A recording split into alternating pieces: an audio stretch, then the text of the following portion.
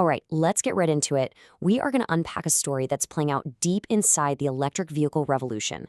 It's about a radical bet, a hidden chip empire, and how one company's totally contrarian strategy is rewriting the rules for the entire auto industry. This is the story of BYD Semiconductor. You know, every time you hit the accelerator in an EV, you're unleashing this incredible torrent of high-voltage electricity from the battery. And taming that electronic storm? Well, that job falls to a small, pretty anonymous black box, the power electronics module. This little thing is the unsung hero of the electric age, the absolute critical link between the battery and the motor. For decades, pretty much every major automaker on the planet just bought this component from a handful of specialized suppliers. That's just how it was done. All of them, except one. So the real question is, how did a company that started out making batteries decide to build a chip empire from scratch? And then, how did they turn a global crisis into their greatest weapon? Okay, so right at the center of his whole story is a piece of tech called the IGBT. And really, the best way to think about it is as a super fast, incredibly powerful light switch. This is the tiny component that truly controls the massive flow of power inside an EV. So how does this thing actually work? Let's walk through it. Your battery provides DC power, right? But the motor needs AC power to spin. So the inverter, which is just packed with these IGBTs, switches that DC power on and off thousands of times a second to basically create a synthetic AC current. And by controlling that frequency, boom, you get that smooth, instant acceleration that EVs are famous for. It really is the heart of the whole operation. And this, right here, perfectly illustrates two totally competing worldviews. For decades, the logic was simple. Car companies build cars, chip companies build chips. Companies like Volkswagen and GM were master assemblers, relying on this huge web of expert suppliers.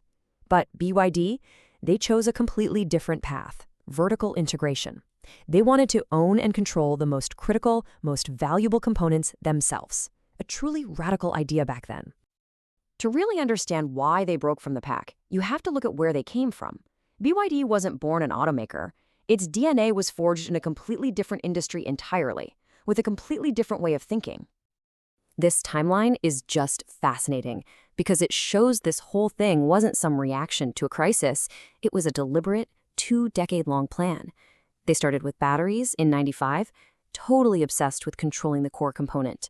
Then, when they bought a car company in 2003, they immediately, just 1 year later, established a semiconductor division.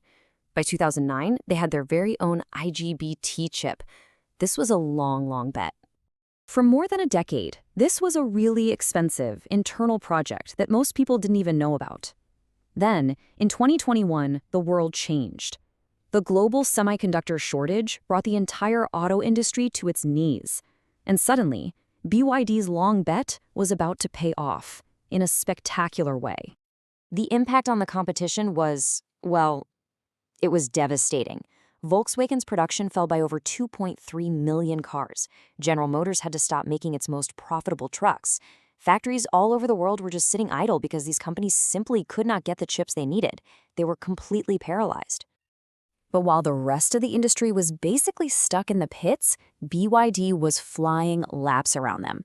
In 2022, right as the crisis got even worse for everyone else, their plug-in vehicle sales grew by an astonishing 211%.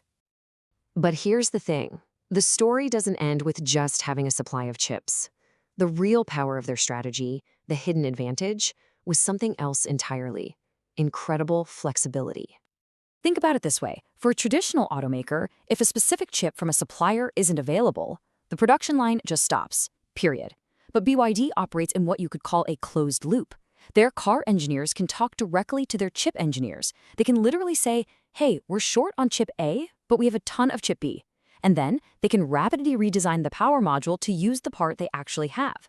That level of agility is just impossible in a fragmented, outsourced supply chain. But just as BYD mastered the silicon IGBT, the technological ground is shifting again. So what are they doing now?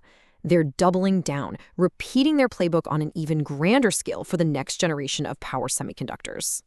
The future is being built on this material, silicon carbide, or SiC. To put it simply, it's just a far superior material for this job. It can handle way higher power with significantly less energy wasted as heat, and this unlocks a whole new level of performance for electric vehicles. And the benefits here are absolutely game-changing. We're talking a 5 to 10% increase in vehicle range from the exact same battery.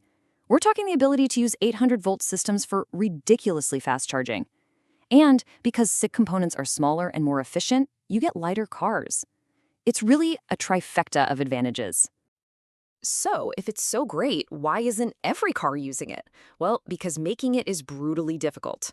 It involves growing these perfect crystals at extreme temperatures over weeks. The material itself is one of the hardest on Earth, and the manufacturing yields can be super low. The result? A single 6 chip can cost up to 8 times more than its silicon equivalent. And this is exactly why BYD's next move is so audacious.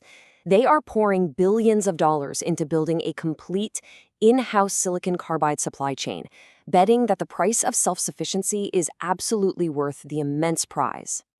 And that price is incredibly steep. A strategy like this, radical vertical integration, is one of the most capital-intensive things a company can possibly do. It requires a level of investment that puts enormous pressure on the entire organization. And to put a number on it, in 2024 alone, BYD's R&D spending hit about $7.5 billion. Let that sink in. That single-year figure was more than its entire net profit for that year. This is an all-in bet, plain and simple. So this brings us to the huge risks involved here. Beyond the staggering cost, you've got the innovation risk. Can an internal division really keep pace with hyper-specialized global leaders forever? And then there's the financial pressure, which is exactly why they abruptly canceled their semiconductor unit's IPO. They had to shield this massive long-term investment from the short-term demands of public markets. Which leaves us with this final fascinating question. The story of BYD is really a clash of two grand industrial philosophies. Is the future built by a web of expert collaborators, each one perfecting their little piece of the puzzle, or does it belong to these self-sufficient empires that control their own destiny by controlling their own technology? The global chip shortage proved BYD right for silicon.